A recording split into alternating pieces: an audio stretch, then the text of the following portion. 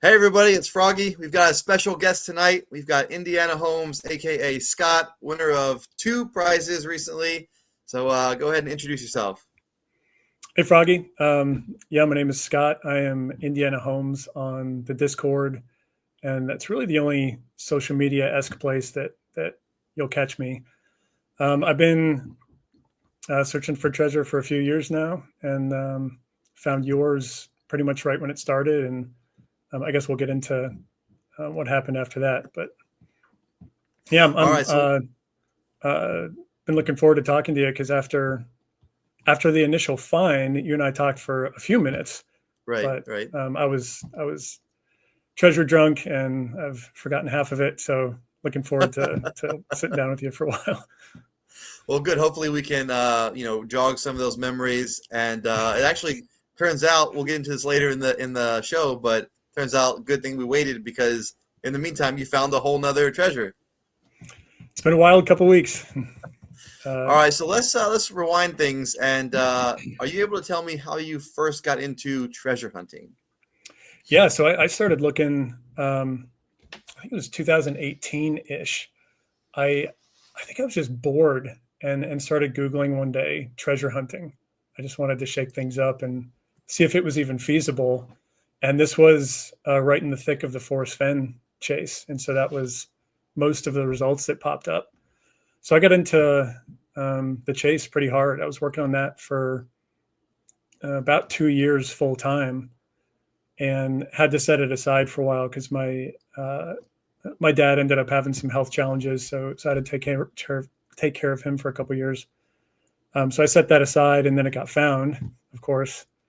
But I had the itch, so I started looking for ways to fill that void and other hunts. And there's been a few over the last couple of years, but just in the last year and a half, holy cow, it has exploded, and there are hunts all over the place. So the last year ish or so, I've been working again, something between part time and full time on way too many hunts at once. But yeah, that's how I got into it, and that's where I'm at. All right, yeah, this is certainly a great time to be a treasure hunter. No All right, kidding. we'll talk about the hunt that's near and dear to my heart, Estes Quest 3. Can you tell us how you first heard about it and what made you decide, yeah, I'm going to try this one? Yeah, so I've been my main squeeze has been there's treasure inside, and a few weeks ago I think I just got burnt out on the reading because I work primarily on the lion's share, and it is just like 4 to 5 to 6 hours a day of just reading. So I just needed a break, and so I was looking for other treasure hunts, and I think I found yours. I think I was just scrolling the sidebar menu on the Mysterious Writings Discord and just going hunt by hunt, seeing if anything jumped out at me. And I looked into yours and immediately was a huge fan of the format. It seemed like the video, picture, daily update kind of format was the antithesis of just reading all day, every day. So I was actually a little bit hesitant to participate in yours just due to the ticking clock factor.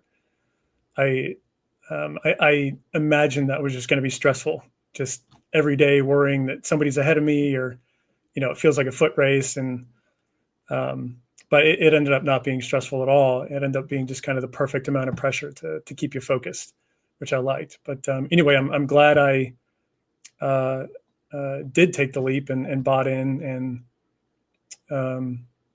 yeah, that's how I found you. That's always refreshing for me to hear. I do aim for that little bit of pressure to keep you engaged, keep you excited, don't forget about it, but not too much as it becomes like overwhelming, right? Yeah, and you nailed it. It was the sweet spot because, um, I mean, as you know, most treasure hunts, they just kind of put out the material, and you can work on it 10 hours a day, or it can sit on the shelf and collect dust for 10 years. But they only have as much urgency as you bring to it. Mm. Whereas with yours, it does give you that little bit of pressure every day, and so it keeps you focused. You can't waste time or drag your feet or spend 4 hours scrolling Discord, because if you're not working on it, somebody else is. And Right? with the 30-day time limit, it's going to be found. So I Exactly. actually ended up really loving that because, you struck that perfect balance of just enough pressure to light a fire under your butt and keep you working, but not so much that it was, um, it wasn't an anxious mess worrying about all the other searchers or whether I was in the lead or whatnot. So I really Well, like that aspect of it. that's great to hear. And I will also say that it's important what Scott said earlier about feeling burnt out from one of the big national hunts. I advise everyone, whether you're a part of Jenny Kyle's Mysterious Writings or Calazar's, there's that both of them have sidebars where you can look at all other hunts, across the nation and find one that's right for you. So if you're watching this and you feel a little bit burnt out by all the reading, by all the poem, if you've just been staring at the Pokemon picture for months at a time, then take a I can chance. There's a relate to bunch of that. smaller hunts, that might jog your memory. Okay, so let's move on to the actual nuts and bolts of Estes Quest 3. You got into it. What at what day were you thinking, or what point were you like, you know what, I'm gonna go out there, boots on the ground? Was it early on, or what can you No, say? so I don't remember the exact time frame, but uh, early on, um, I'm trying to remember exactly how it went down because I actually was a little bit late to the game, even though I bought in pretty early. I was new to Estes Quest, Mhm. and so I didn't even know there was a Discord. So I was just watching the YouTube videos, trying to make the most I Right. could of those. And a couple days into it, or whenever I figured it out, I hopped on the Discord, and there was already a few pictures dropped at that point. Mhm. And it wasn't until remind me the date it launched. Was it the fifth that it launched? Might have been the The first day? 11th. Might have been the 11th or the 5th, somewhere around there. Okay. Um, I'm hazy on the times, but yeah, it was the first real foothold I got on your. Did I just have balloons on my screen? You Yeah, I just see don't that? know what just happened. Wait, somebody's Oh, you know birthday what? If today, I you're on guess. an iPhone or iDevice, there's certain hand gestures that trigger Oh, really? animation. I Yeah, like if you didn't do a know that. thumbs up in the screen, it should like pop up or something. I wonder. Yeah, Yeah, I must have it's done something weird. Um, so anyway, where was I? Oh yeah. So my first foothold on SDs3 was there was a day that you had dropped a video where there's a clip of you standing at this overlook and looking out at mhm. this vista. You remember this one? Yeah, yeah. Yeah. And so I I deployed Google Lens on that one. Did you There ever you use go. Google Lens? Yeah, yeah, it's It, great. it's the bomb. For people who don't know, it's this really useful tool on Google Chrome. It's basically a reverse image search, kind of up in the address bar. There's a little icon, but yeah. So I paused the video on that Vista and Google Lensed it, and sure enough, within I don't know 10-15 minutes, I had the right overlook. It matched it up to I think it was a photographer's website. They had taken a picture of a couple, some wedding photos or something, and sure enough, it was the right skyline. So I had that, and then I think a couple days later, you had dropped a picture of a trail, kind of Mhm. going off into some trees. And again, Google Lens made pretty quick work of that one. That one took a little more finagling. I had to enter in some search terms, and Mhm. I think it was ultimately adding Cranberry Wilderness to it that brought up the right result. But yeah, sure enough, I found somebody else who had taken almost that exact same picture, same angle, and everything. And I had narrowed down the trail at that point. And you were able But to this get Cranberry Wilderness from like a little simple cipher, right?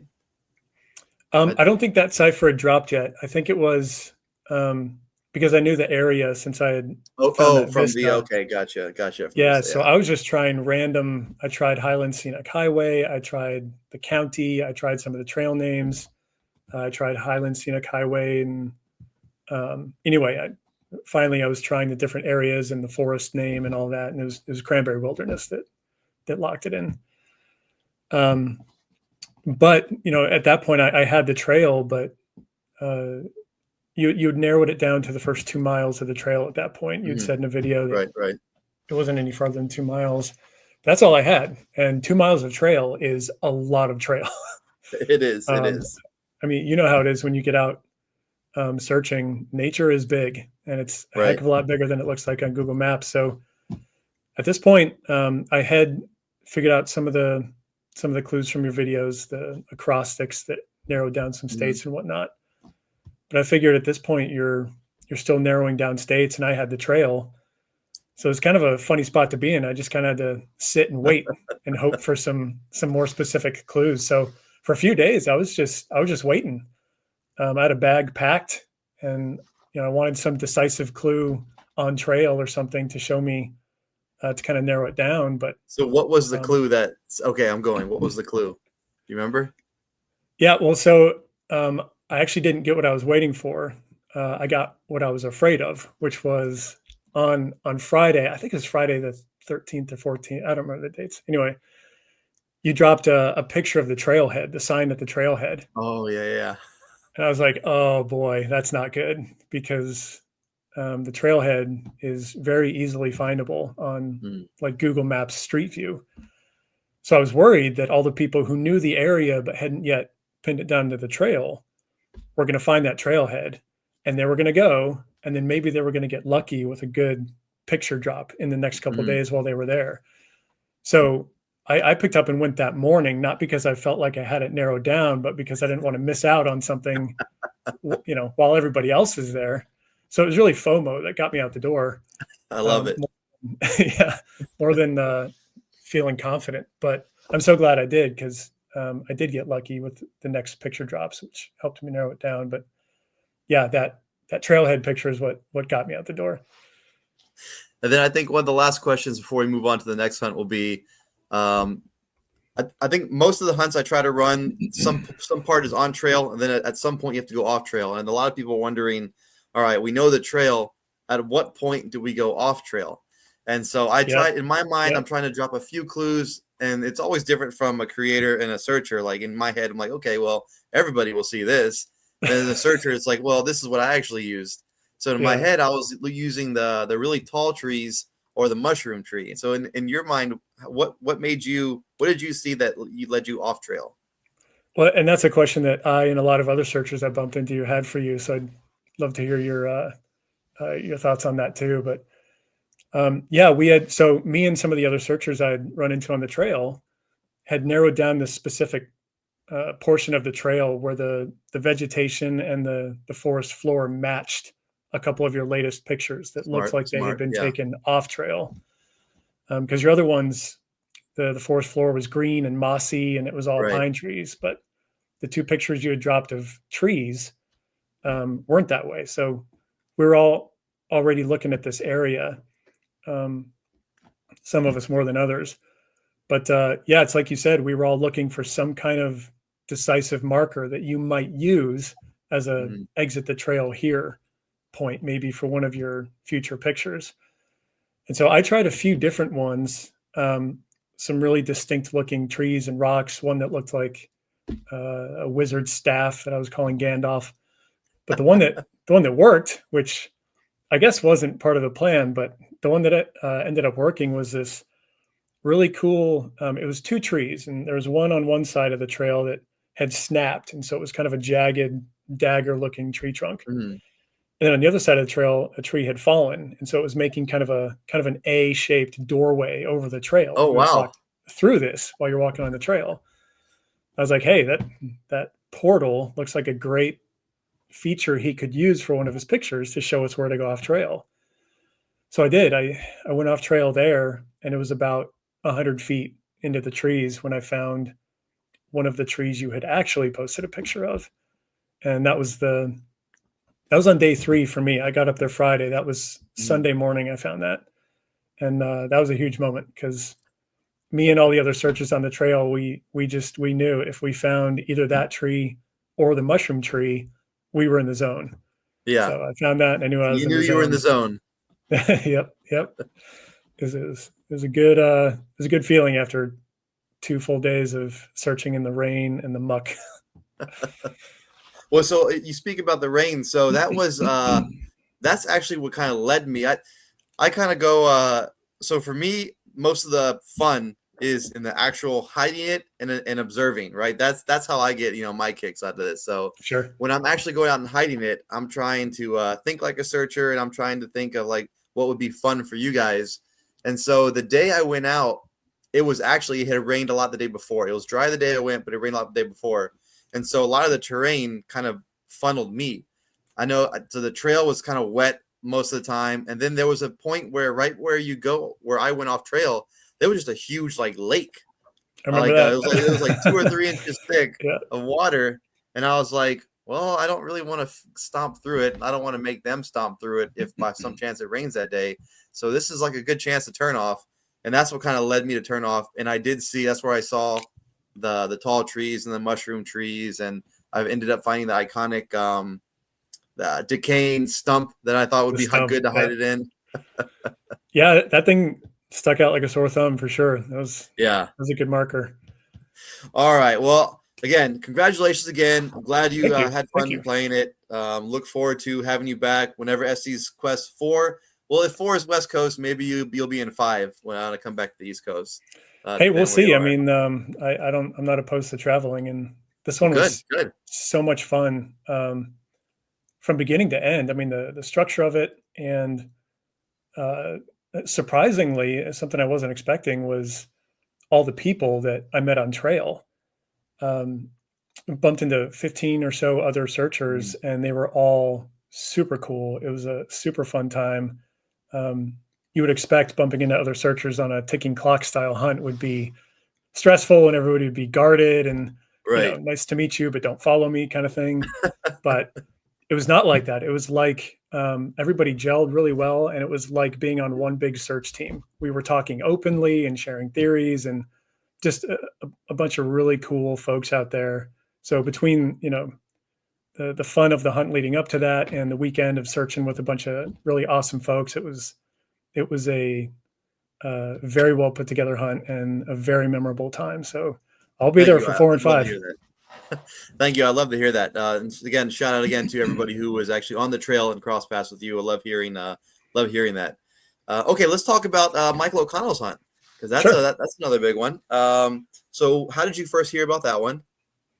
So that one I heard about a few months ago, but I had multiple treasure hunts I was working on and spending most of my time on There's Treasure Inside. So I didn't start it right away, but I think I likely also heard about that either through, it was an interview that Cal Lazars and K-Pro had done with him. Right. I think that's where I first heard about it. Okay.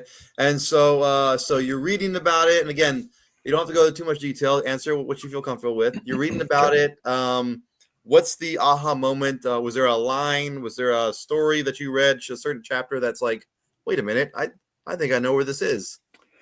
So what really got me on the right track was, I don't know if you've been following, keeping up with that. I know you're keeping up with a ton of hunts.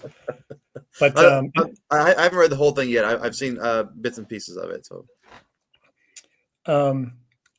maybe 10 days ago, if that, somebody found one of his caches, and it was unknown at that point yet whether there was one big cache or whether he had split it up among. There's 9 states in play, and nobody really knew whether there was one big treasure or 9 small treasures or 20 small treasures. He's been playing that pretty close to the vest. So about 10 days ago, somebody found one, and it was kind of small. Well, not small. I mean, it's a nice box of loot for sure. He did a really good job, but it wasn't, $50,000 or $60,000. Right. So, it clicked for all of us that there are multiple caches around. And now that one of them was solved, there's potential there to kind of reverse engineer some of the clues and figure out, the tricks and tactics that he uses to hint at the locations. And so that's what I did. And within about an hour or so, there were some strategies that he had used on multiple locations. Definitely not all of them, but some of those led me to looking at Stark Park is the place where I found it. They got me on that track. And then as I was focusing on Stark Park, I found a bunch of other clues hinting at that location. The 2 that really locked it in were, there was one clue he had used twice throughout the book where he phrased it differently each time, but it was something to the effect of pay the toll to the smiling troll and follow his gaze. And as I was looking at pictures of Stark Park, wouldn't you know it, there's a troll statue along the trail next to the park, and it's got a big smile on it, and it's looking in a direction, so potential to follow its gaze. And so that had me feeling really good. And then let's see, the other one that oh shoot, why am I blanking on? Oh right, there was a clue about 7 big steps being before you. Okay. And at that point, nobody really knew which clues corresponded to each or to which cache. But again, looking at pictures of Stark Park, there just so happened to be 7 giant steps at the trailhead leading down towards the troll. So between those 2 clues and then a bunch of other smaller clues that really aligned well with that area, I felt good about it. So I So went. once you're at the park, how difficult was it? Did you already have you just kind of walked, zoomed in, or did you have to do a little bit of grid searching in an area, or like how was the actual finding it? So kind of both. I mean, it definitely could have been the case if somebody could have walked right up, walked in the vague direction of the troll, the troll's gaze, and found it because it was in that area. But it was more in his peripheral vision, so not really in his direct line of sight. I took it very literally, and so I followed his direct line of sight out to even 100 yards through this like marshland and mud, and I had to find a trail that went around the marshes up to these railroad tracks. I spent 4 hours scouring this area in the rain, and I started to get frustrated and confused because I knew these clues were good, but nothing in this troll's gaze. So anyway, I regrouped at one point and went back to the initial area kind of closer to the troll and expanded my search radius. And that's when I found it about 50 feet from the statue. So lots of unnecessary wandering and, something between aimless wandering and grid pattern. But it was all for naught because it was right there next to the troll. So. Well, hey, I do like the idea that the whole reverse engineering, whenever you have a hunt with multiple caches or multiple boxes, there's that possibility, right? And so I'm excited to hear that you're working on JCB's box because he has multiple ones, right? Yep. And that's a common theory that a lot of people are putting forth, that we all can't wait for the first one to be found. Whether it's us or not, once the first one's found, that should give us a little bit of an insight. Maybe not using the exact same strategies, but we can do something like that, right? Yeah, I sure hope so. I'm of 2 minds on that because on the one hand, yeah, I think it'll give us a glimpse, hopefully, into how he thinks and maybe some of the clues he uses or some of the ways that he plays with language. On the other hand, it seems pretty clear, even from a surface level, without knowing the solutions, that these are 4 very different games, True. Seemingly. And he has said as much, that he structured them to be very different from one another. So I hope you're right that once somebody solves one, we'll have some insight into the mind of JCB. But part of me wonders that one of them isn't going to help us with the other ones. This is just a private theory I have, that the 4 mini boxes are 4 separate games, and if you figure out one, you can kind of say, okay, well, he used that in that box, so it's not going to help the other one. But in my mind, I'm kind of thinking that the lion's share will have a portion of each one. I don't know. It's just a private theory I've been thinking about.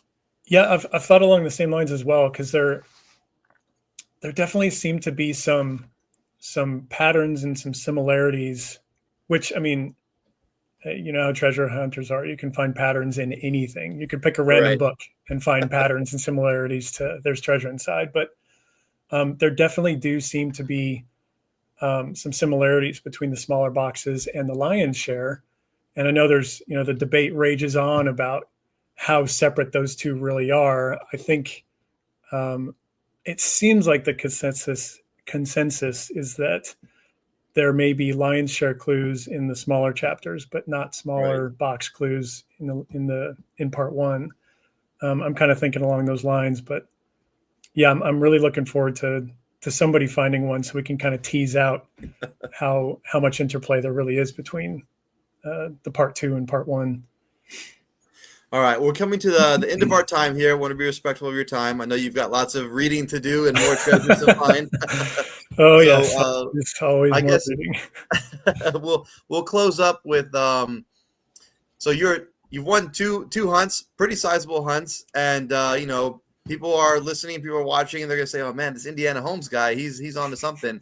Is there any? Are you working on all of multiple of the JCB's boxes? Is there any you know, tips or tricks or anything you're willing to share with the viewers who are watching about? Do you have a favorites? Do you think one state is likely for one of the smaller boxes, and why? Are you able to say anything to that?